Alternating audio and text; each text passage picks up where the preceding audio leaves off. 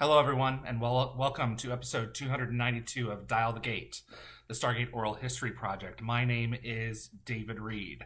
I am, I'm in Destin, Florida right now, so this is why the digs are different. I am privileged to welcome to my show, back to my show, Elyse Levesque. You will know her as Chloe Armstrong in Stargate SG-1. What? Did I just say Stargate SG-1, Elyse? You did. Stargate Universe! You I'm had a losing it. 1 in 3 chance of I getting that did. right, and Jeez. yeah, the odds were on your side, so that's awkward. Um, How are great, you? great start, great start. I'm good. I'm good. Yeah, as I was saying before, I'm in LA. It's sunny. It's Good. hot out right now. I Yeah. took my dog out just before we did this for a little bathroom break, and I was like, it is a beautiful day here in LA. Do you still have your Cocker Spaniel? No, I never had a Cocker You Spaniel. never had a Cocker Spaniel. No, that's Brian. That's Brian. Brian. Okay. I What thought was there her was name? another one who had a Cocker Spaniel. I think Elena also briefly had a Cocker Maybe that's Spaniel, it. but Cassie was Brian's Cocker Cassie, Spaniel. Cassie was Hmm. Brian's Cocker Spaniel. No, I mean, I'm sure she'll try to make an appearance at some point. She has gone into her little puff over there, but she is a tiny little thing. She's a multi-poo. Oh Yeah, man. she's Just very cute. have She's you very cute. have you heard Love from her. any of the old gang recently? Anyone's in your immediate circle that you keep in touch with more than any of the I'm others, or? Yeah, I mean, I'm very good friends with Jeffrey Boyer Chapman. Yep. Like I actually just spoke to him 30 minutes ago. We've maintained a really close relationship. I mean, it was immediate connection, Mhm. immediate friendship, the moment that he and I met. And we've really sustained that this whole time. He's one of my like closest friends. He lives in LA. We see each other once every couple of weeks. But pretty much everybody else, we keep in touch on social media. We see each other's lives on there, which makes you feel like you're connected. But David Blue from time to time, he and I will message a little bit. I haven't seen Elena in so long. I think we did like a little, I think it was 2018 Stargate reunion, SGU reunion here in LA at John Lennox's house, which was really nice. John. I got to see Ming, Uh, Jamil. I actually weirdly run into Jamil all the time in he's LA. just in your orbit, just He's just in my randomly. orbit. Yeah. Like I feel like one time I was driving down the street and I saw him walking. And I was like, "Urge." I see No. Jamil from time to time, but What an amazing group of people. Not just the core cast, but like you mentioned with Jeffrey Boyer Chapman, the people that all got sucked into this thing who were joining a moving train of a franchise.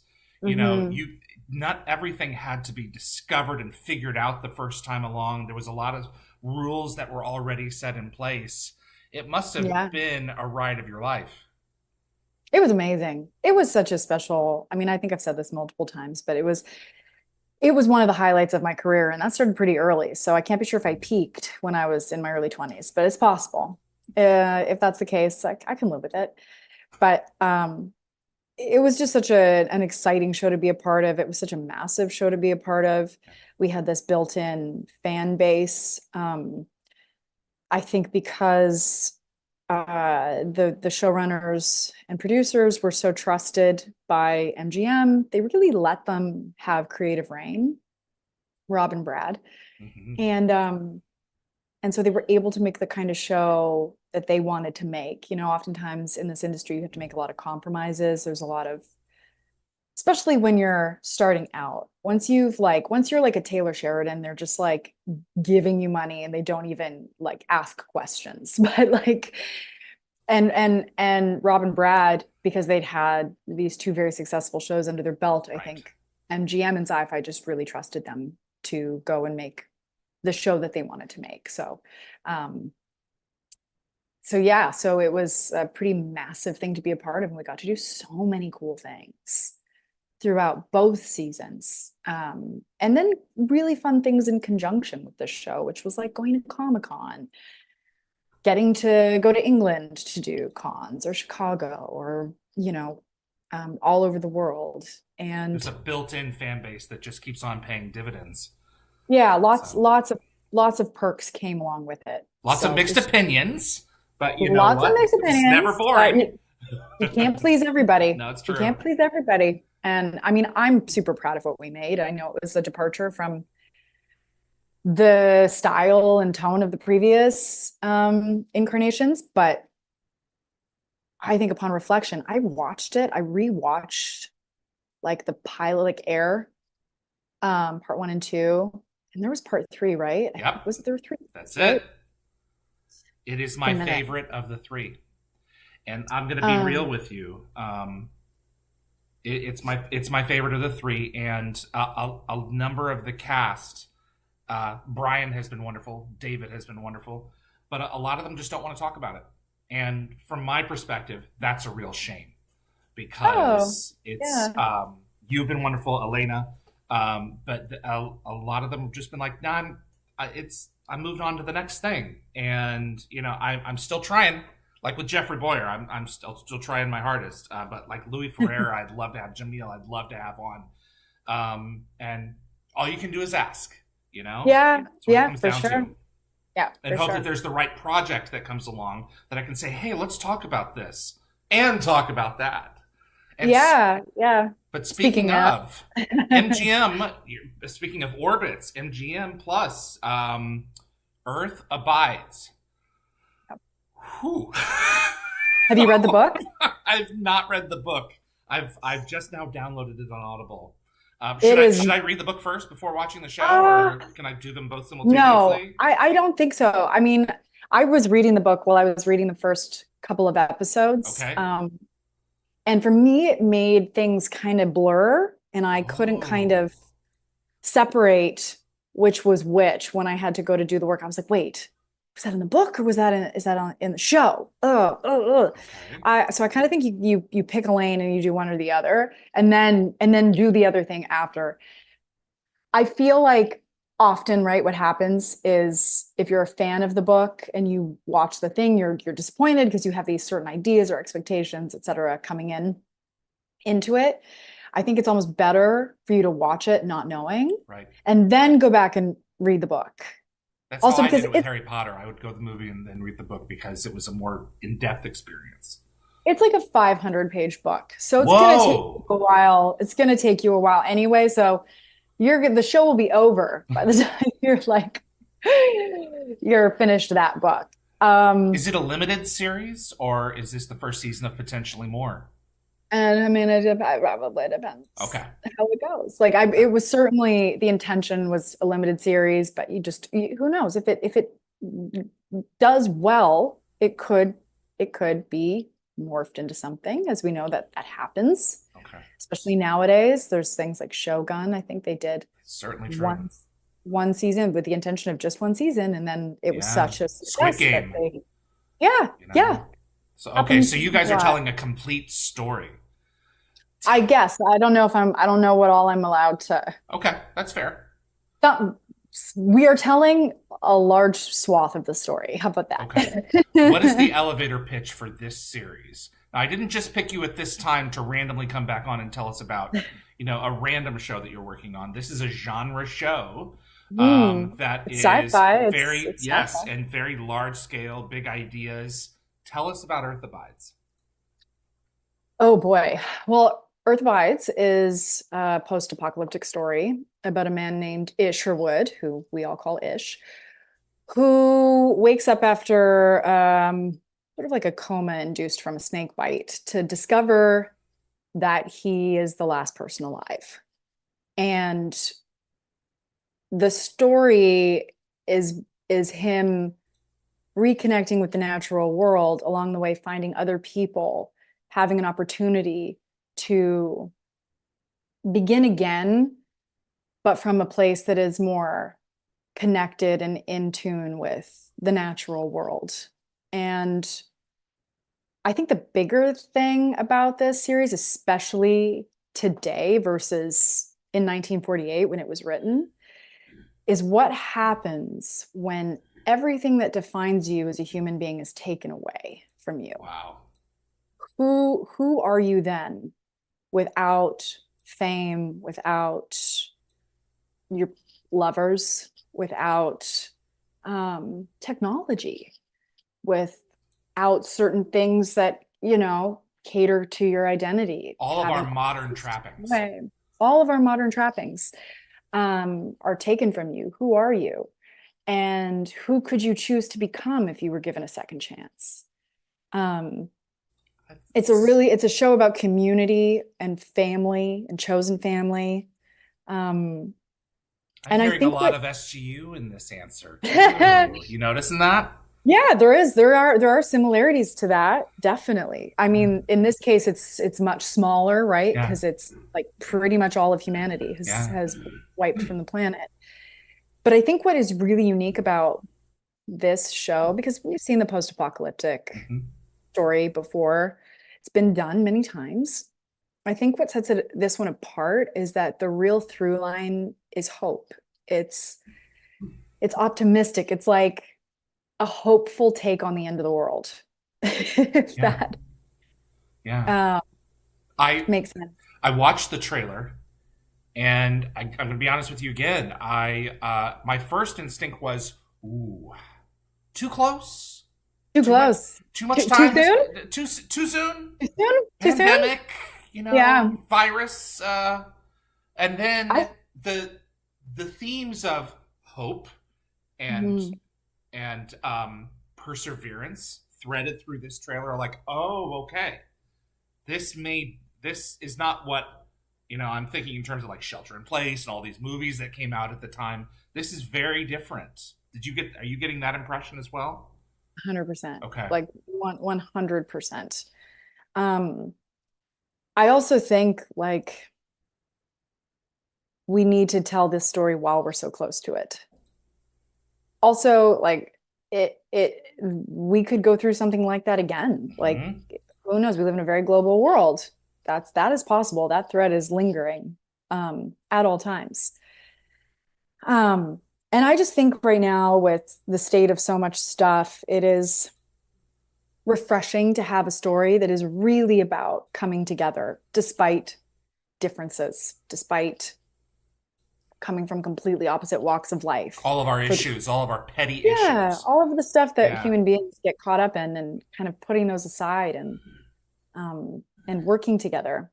And so I just think, I hope rather, that people are hungry for that kind of storytelling, because so much that we see online on streamers and whatnot, some of it's just bad in my opinion, but some of it's content. It's not art. Yeah, it's content. Most of it is content, and that's like a terrible word, but it is what it is for a majority of stuff on there. It's not art. But a lot of the stuff that we do sort of ingest is heavy and dark and the worst of humanity.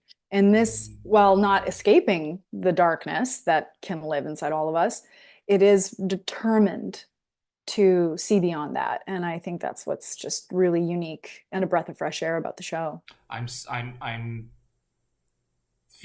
hearing Brad Wright's words in the back of my mind. We wanted to create a show about people doing heroic deeds and people rising above themselves in their situations to affect their community in a broader, more positive way. Who is Maurine? Who is this character for you, and who is she in the circumstances that she is first introduced to us with? Who is Maurine? Yeah. Well, first of all, one thing that's interesting, and I don't think this gives too much away, is Maurine's very different from Maurine in the book. Okay, so she is adapted. Okay. She's adapted. Yeah, not everyone is adapted as much as some of the sort of smaller characters are in the book. Maurine is mentioned throughout the book, but this character Ish, certainly the way he was written back then, really didn't have a lot of tolerance for women, namely. That obviously has been adjusted. But yeah, she's sort of this like tertiary character that they did a beautiful job, I think, of bringing so much out of something that was just not there. So Maureen in the show, at least when we meet her, she's very despondent. She's alive, but she's not really living. She's had some past trauma, which we don't really know what it is. Oh, before the event.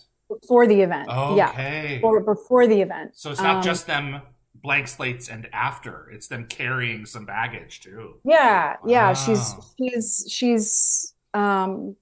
in a relationship with this man named Jorge, who they were with other people before the world ended, but they found each other along the Yeah. road, and they're in sort of like this agreement of companionship, and he's really trying to connect with her, and she really shuts him out. Um, she won't tell people what happened to her. And then something happens. A new character comes in, and Maureen has a profound connection with this character, and it's a young girl that the community ends up taking in. Mm. And she sees herself reflected in this little girl, and it becomes clear that they share a past trauma. And through Oh, wow. nurturing her, they end up having this really beautiful relationship where they heal each other. And we start to see Wow. Maureen over the course of the show just really blossom and open up and start to allow people in.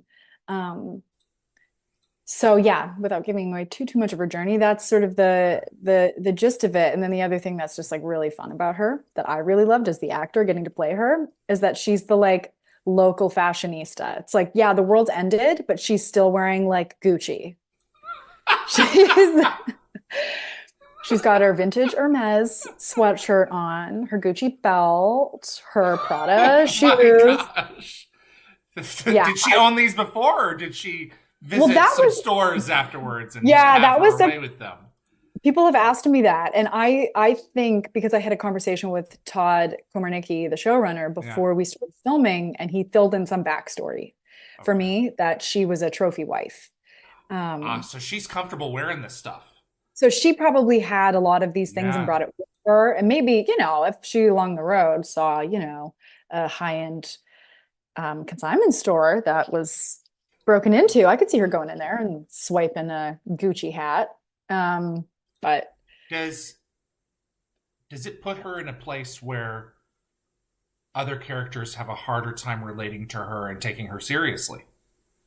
It's like, it's funny girl, have you seen the world we're living in? No, because I think every character has a coping mechanism, I see. and that's Maureen's. And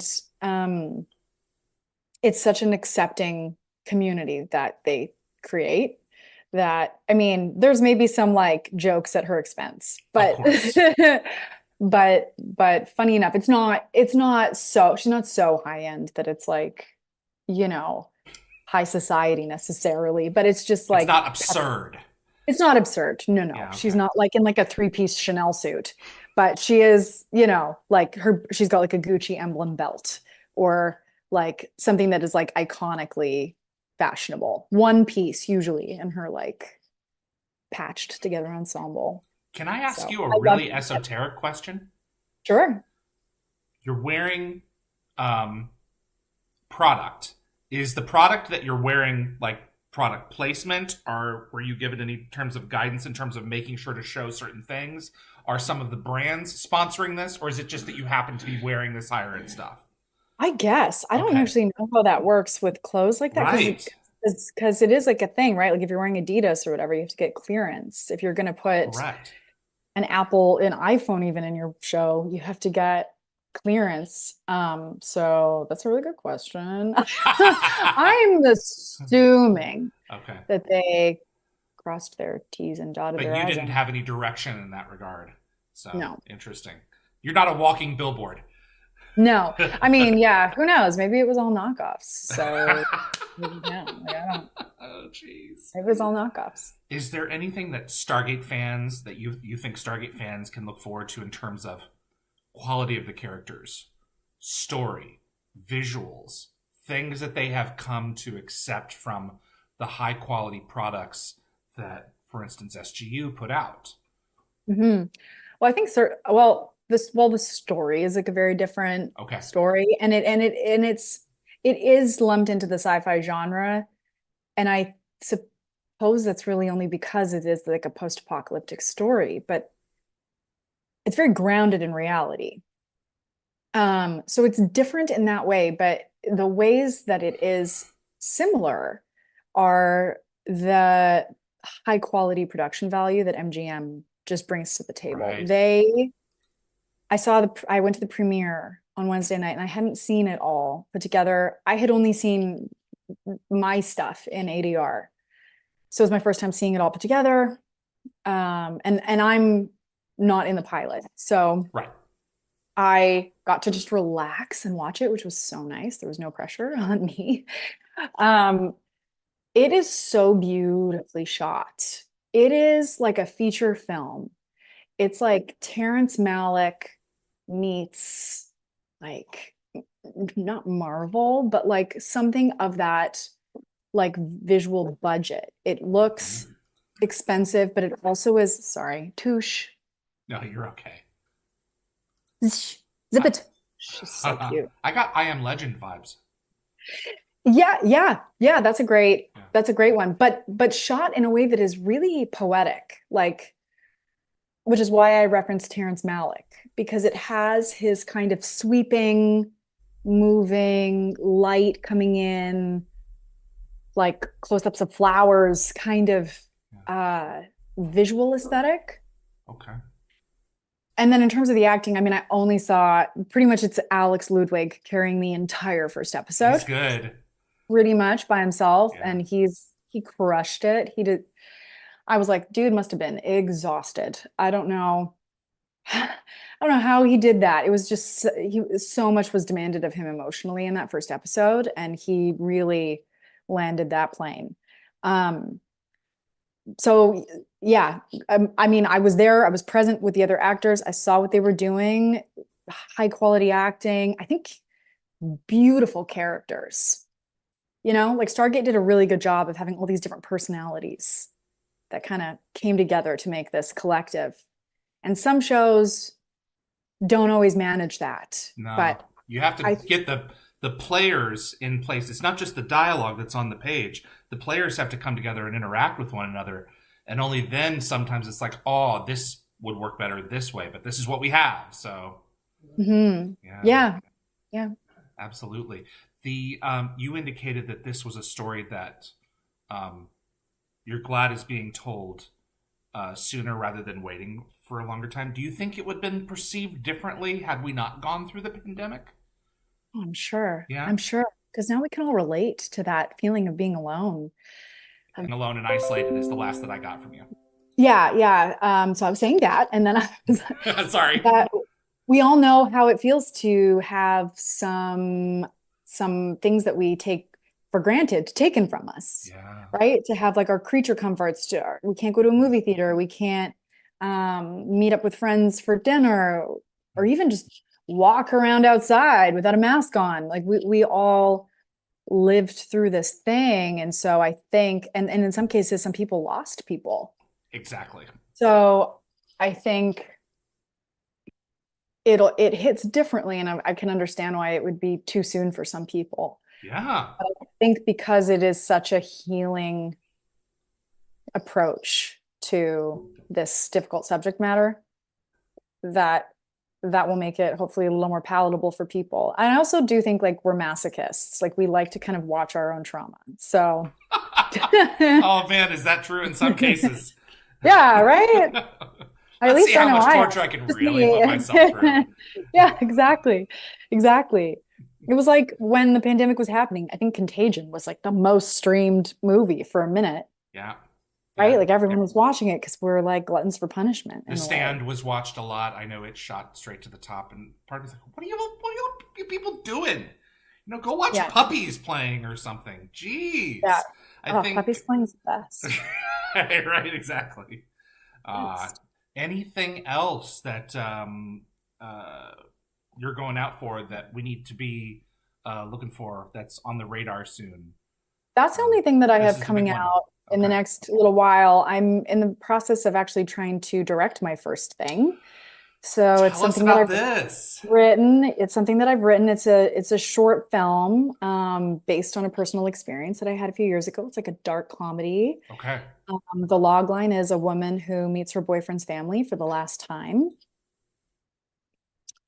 So some things need to be said. stuff happens. Some stuff Okay. happens. And you're relating to this material. Okay. Yeah, it's based on a personal encounter that I had. Okay. And yeah, so we actually just finished our crowdfunding campaign like just over a week ago, I guess. What's the A week project ago. called? It's called Hot Chocolate, which is sort of a MacGuffin. It's not really what it's about, Okay. but I'll be putting but links yeah, in the description below. yeah, thanks. Yeah, so it's not, we're a ways away from filming, but we're in Okay. pre-production. So Michael Driscoll. Okay. yeah, Michael Driscoll, that's my All buddy, right. my co-director, and we've collaborated on some things before together. And When you here we got, go. It's my first foray into this. you know what? You're ready. I mean, you have been surrounded by, such amazing talent, and you yourself have had the opportunity to exorcise all kinds of demons through the work that you've done. I think it's just the next logical step. So makes a lot of I sense feel for that you to way. tell your own stories. Yeah, yeah. So, I'm like, I got some things I need to say. have you seen A House Is Not a Disco? No, I've heard about this though. Okay, this is Brian's product. This is Brian's project. So I've been meaning to get a copy of it, and I haven't seen it yet. So Did he create it himself? he directed it. Yeah, so I'm sorry. No, it's all good. Yeah. Wow. So, been trying to get him back on to discuss it. So yeah, it's you guys are telling some deep stories, and please, I will keep my feelers out because I want to see this.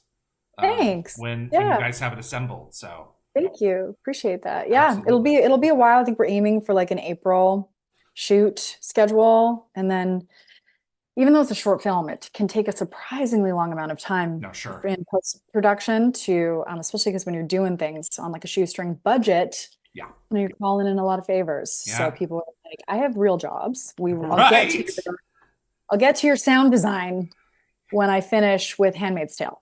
All right. There are other things on the plate. You can have it good, cheap, or fast. Yeah, exactly. So, that's the good, cheap, or fast. That's the rule. I've got some fan questions for you if you've got a few more minutes. Yeah, sure. All right. Ian Zania. Okay. Ian, I apologize. I'm reading these cold. Will your band, Couple of Bitches, Maybe Three, release a new smash hit single? LOL. So this is the first time hearing of this. We were called Couple of Hot Chicks, Maybe Three. Oh, Ian, that's like wrong. Yeah. Couple of bitches, though. Maybe the band needs to regroup, and our comeback name will be Couple of Bitches, Maybe Three. Couple of Hot Chicks, Maybe Three. Okay. What was your genre? We were like a parody hip hop group, kind of like Lonely Island. Like Lonely Island. We would do these like songs based on things we were angry about, like boyfriends who were dumb. And so we had one called Over It. We had one called Vagina Rhyme Time. We had oh man. We had a Christmas one called It's Christmas, Do the Jesus. Okay. And we had one called One Ring, which is about women who were so desperate to get married that they turned into Gollum. Wow. So it was like a Lord of the Rings inspired dubstep, and actually I think was our pièce de résistance, hands down our best work. Don't turn yourself into someone else's idea of perfection. Don't do it. Yeah. But yeah, we had a lot of fun with that. No, I think the band has broken up, so okay. We might not be coming back together anytime soon, but it was super fun and of the moment that it was. Morris says, I've always wondered how you felt about Chloe. She often seemed to be defined by her relationship to others, Eli and Scott. Do you wish that wasn't the case? Mm-hmm. I think that really took a turn in season 2, though, because things started happening to her. It did take a turn because, she was abducted by aliens. And right, yeah. She got probed. Sick powers. But then it was all in relation to Rush. Right. Robert Carlyle. What a character, what an actor to play off of. Man, oh man. Yeah. And to be directed by, because he directed an episode. That was pretty fun, pretty awesome to have him directing. I think that's a really good question. I think that it's true that a lot of who Chloe was in relation to her relationships with these two men, and that while that did expand and grow in Yeah. season three, I have a feeling it would have continued to grow, and that she would have. For me, her journey was she was young, right? Um, She had to find her place. She didn't have that's a place exactly with what I this was about group. to She was say. an outsider. Yeah, she was this like, civilian daughter of a senator who was not, I mean, nobody was supposed to be there, Right.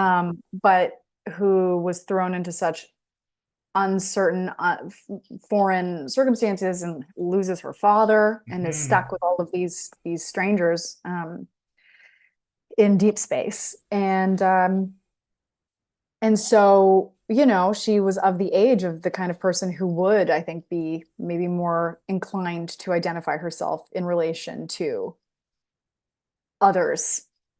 Um, I can only imagine in her position, someone who had such a bright future, in some cases a fairly planned future in the shadow of her father, kind of like trying to get out of that shadow. That mhm. once he was gone, there's kind of a there's almost like okay, now I'm really standing on my own 2 feet, and I have to figure out who I am within this group of people. Because no one ain't going to catch me in bed, at noon. I'm going to be putting myself to, at the very least, be putting myself to work, helping this situation, whatever the situation is. Mhm, mhm. Yeah, Yeah, totally. I really regret. There's a lot of regrets with SGU.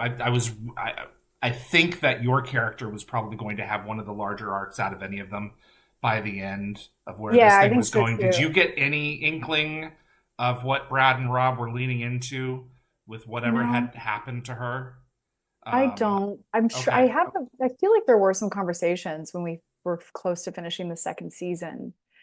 But I don't remember Mm, specifics, so I'd be that's kind of fair. like, making it up at this point. But I really feel like she would have come into her own. I actually feel like Yeah, I could see her and Scott probably drifting apart I do because too. of Chloe's like personal journey into What's knowing happening herself. to her is bigger than them. I could even see her twisting and becoming somehow like a bad, Uh huh. like A going with villain. Rush, like and becoming a villain. Uh I huh. I could see that happening. I actually think that would be really interesting. And then coming full circle back around to not, but maybe being a little drunk with the power that she now has and not being able to have a voice and to have people sort of look to her prior to this moment, kind of always being in the shadows a little bit. Now she's finally out in the sun getting attention for her new abilities. So who knows? She could have gone down a dark road. She could Maybe it's have. Her better than mind is being it did. unlocked. Who knows what's behind those doors? Yeah, And who knows how exactly. much is her and how much has been placed there by whoever these beings were. The fish Hmm. people. The So. fish people. Misadventures of a Little Wolf. Could you understand a word Rob Carlyle said offset? Yeah, you get Elena used to brought it. this up. You get used to it. I mean, when he would get like really thick with his accent, or like sometimes I would, because I love doing accents. So I would like talk back to him in a Scottish accent. Big mistake. Big mistake. And he would Really? like say a bunch of stuff to me really fast in the thickest accent. And I'd be like, I think those were curse words. But he was such a sweetie and he loved us and he was so kind to us. But yeah, it's like Bobby, if you pissed Bobby off, like you saw that Begbie, it was in there. Oh, I'm sure it was in there. That Begbie is it's in there somewhere, but he's mostly the kindest, like loveliest man. I haven't seen him in so long. I miss him. I would love to see him. Hopefully our paths cross. He's so good at what he does. I watched him all through Once Upon a Time in the back of my mind, knowing this should have been SGU. He should have been working on Mm, SGU through all of this. But what a great yeah. character! I don't know if you saw him in any of that, but he was Yeah, good. He was like He Rumpelstiltskin, right? was, but he played layers upon layers. You didn't know if what his intentions were. So very shifty, Oh, and just I mean, cool. they just gave him a steak to He's eat. so good at that though. He's so good. Like it's such a true thing that often some of the kindest people you meet are play the worst, most villainous, dark people almost without fail. Like anyone who you've seen who's played like just who always gets cast in like villains or like the bad guy, they're almost always the people with the softest hearts. They're exploring a facet of themselves that they don't normally access. And I think you can say that about a lot of people who play villains, but yeah, especially that. Marcia wants to know: do you typically view your finished work once it's done, or is there some stuff that it's like, I was there, I don't need to see it again? How do you feel Yeah, about your work? it depends. It really depends. I, the overall of the project gets my curiosity, sometimes more so than my own actual work. Sometimes, unfortunately, I've been kind of like forced to watch my work, like at screenings and things. That is my worst nightmare. I hate it. I hate it. That's why the other night when I was not in the pilot, I was like, this is ideal. I get to get dressed up and go to this fancy thing, and I do not have to worry about my acting. If it's good or if it's bad, I just get to chill, have cocktails and free food after. You know, Um, I, I don't understand. Maybe you can fill me in a little bit because you've been hired for a role. They've seen something, excuse me, in you. Why do so many talent have such a hard time accepting that hmm. they'll rise to the occasion? You know, I mean, I've Because we're all like deeply seeking approval from yeah, people outside of ourselves. yeah, I think a lot of what motivates actors in particular is like deep insecurity. yeah. Which when harnessed correctly, I think it can be used to make some amazing art. But I think there are very few actors I've met who are so bolstered in themselves that they can confidently sit in a room and watch themselves up there in front of a room full of people. And I think we're always our own worst critics. Like that's That's true why too. for me it's really difficult to see myself because I see everything I could have done differently. Sometimes it's even like vanity things like, oh, that lighting, it's not good, or why did nobody powder my hair? I look so greasy, or just like stupid shit Ah, that gets in your head. And then it takes yeah, away from the experience that you had making it, that's true.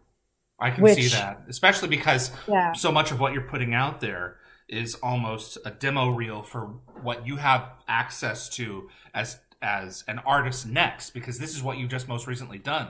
And Mhm. if it's not been set up right, it'd be like, oh my god, how am I going to live this thing down? And there's also so many things that are outside of your control Yeah. as an actor. You show up and you do your little piece, but then how it's edited together, how it's color corrected, the notes that come in after the fact from the studio or the network that change things, cut things out, What is this remove thing things. now? And it can like this is why oftentimes like films, shows and stuff are made in editing. It is such an important part of piece of the puzzle. An editor can make a bad performance look incredible, and a bad editor can make a beautiful performance look mediocre. So they have a lot of power. It's a really important position. Absolutely. And yeah, so it's like, so you just don't know. You had this experience, and I oftentimes find this has happened to me on a number of occasions where I'm like doing a scene and you think you're like in the flow and you have this like cathartic, amazing thing, and you think like, I did something. I can't wait to see that. And then you watch it and you're like, oh, that didn't come across at all how it felt. Really? Oof. And then there's that scene where you left going, I'm a terrible actor. I don't know what I'm doing. Like you have like a hangover from that experience, thinking that what you just did was terrible. And then you see it and you're like, that is far better and far more fascinating than I thought. So we can't really be the judge of our own work, which is why I think a lot of people are adverse to watching themselves because we Mm, can't be diplomatic. We can't like, it can be really difficult to see yourself. Also, if you're a perfectionist, there's always things you're going to be like, I should have done that. And especially in film and TV, you don't often, TV in particular, get the rehearsal time that you would get if you were doing a feature or if you're doing a play. So you don't get to excavate to the deepest of the possibilities of the character. yeah. And so then you go home and go, damn it, that's what it is. Oh no. Why didn't I think of this when we were to tape it, when we were filming 5 hours ago? Yeah. But you only had 2 days to kind of prep that scene. Whereas with a play, hopefully you've got like a month or something like that or more.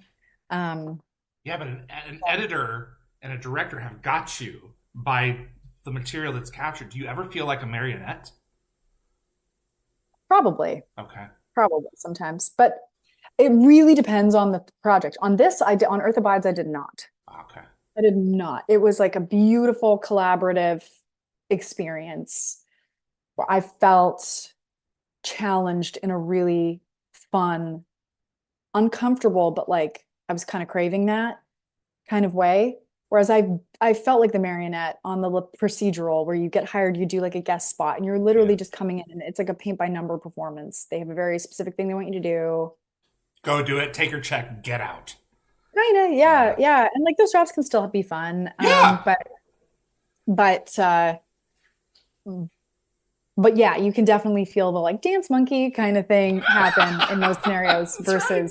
versus when you get to collaborate with something, which Earth Abides was very much that Well, I'm experience. really interested. So this is when you're going to sit. You think you're going to bear through this one and see how they pulled it off? I am, yeah, I think I will. I Okay. actually want to see this. I'm usually pretty horrified to see myself like I don't know if I'll watch. I come in technically at the tail of two, but you actually kind of meet me in three and in episode three. And I don't know that I'll watch episode three with anyone. I'll maybe watch it first by myself. And And a if glass of wine.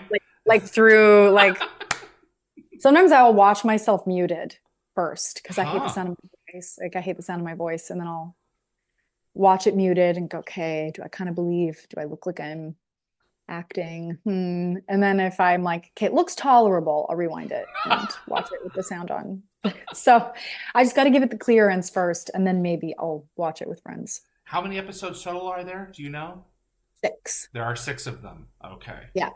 Well, I am really excited about it. It's right up my alley. And when I saw you were in it, it's like, oh, I know who I need to get in touch with. So I really appreciate you taking the time and exploring the character a little bit with us, and always talking about SGU with you is always a blast. So Yeah. it means a lot to have me. It means a lot to have you back on and to explore the work with you. Right on. Well, thanks so much for asking me. Happy to chat about all things. Absolutely. Well, I'm going to go ahead and wrap up the show on this end, and you take Great. care of that little girl of yours. I And will. We could take it for a nice big. WALK. Yeah, you gotta be real quiet. Right. I'm going to wrap up the show on this side, Elyse. Thank you so much Okay, for spending perfect. time. Yeah, my pleasure. Take care, and hopefully we'll talk to you soon. Absolutely. Be well. Bye. That was Elyse Levesque, Chloe Armstrong in Stargate Universe. So if you look at the link below, there should be information on where to watch Earth Abides. It's going to be on MGM Plus, and I highly recommend it. It looks really interesting. Alexander Ludwig, I enjoyed him in Hunger Games. I really enjoyed him in Vikings. This looks like a fantastic cast, so I think it's going to be a good time. Appreciate you all tuning in. I have cannot thank enough my moderating team: Anthony, Tracy, Jeremy, Marsha, Summer. Thank you guys for propping me up and making me look good on this end while handling all the folks on the backside. My producer, Linda Gabber Fury. Big thanks to Frederick Marcoux at Concepts Web for keeping dialthegate.com up and running. If you enjoyed this content and you want to see more of it on YouTube, please click the like button. It does make a difference and will continue to help us grow our audience. Please also consider sharing this video with a Stargate friend, and if you want to get notified about future episodes, click subscribe. And giving the bell icon a click will notify you the moment a new video drops, and you'll get my notifications of any last-minute guest changes. And clips from this live stream will be released over the course of the next few weeks on both the Dial the Gate and GateWorld.net YouTube channels. We've got a couple of more episodes heading your way, I believe. Let me see here. Tomorrow. Yes. Stargate SG-1 Complete Trading Card Review, Seasons 1 through 10. That's going to be dropping tomorrow. There is a lot of information in there, and if you're wanting to look at any specific sections, you can use the chapter menus to explore specific sets of Stargate SG-1 trading cards that Rittenhouse Archives released. And then, a little bit later, that same day, Steve Cherendorf of Rittenhouse Archives, we interviewed him for an hour and a half, and he'll be telling his story about how he launched his career, his company, and a few stories about the Stargate SG-1 trading cards as well. Aaron Craven, who played multiple roles in SG-1 and Atlantis, is joining us next Thursday, November the 28th. And Blue Man Kuma, Sheriff Knox in Stargate SG-1, will be joining us at 12 noon on November 28th. Really close with Don S. Davis, so gonna hopefully get some Don stories to share with y'all. That's what I've got here. We've got the complete list of episodes at dialthegate.com for seeing what's coming down the pike. Episode 300 is going to be coming up very soon with a special guest. And we're going to be wrapping up season 4 here very soon. My name is David Reed for Dial the Gate. I appreciate you tuning in, and I'll see you on the other side.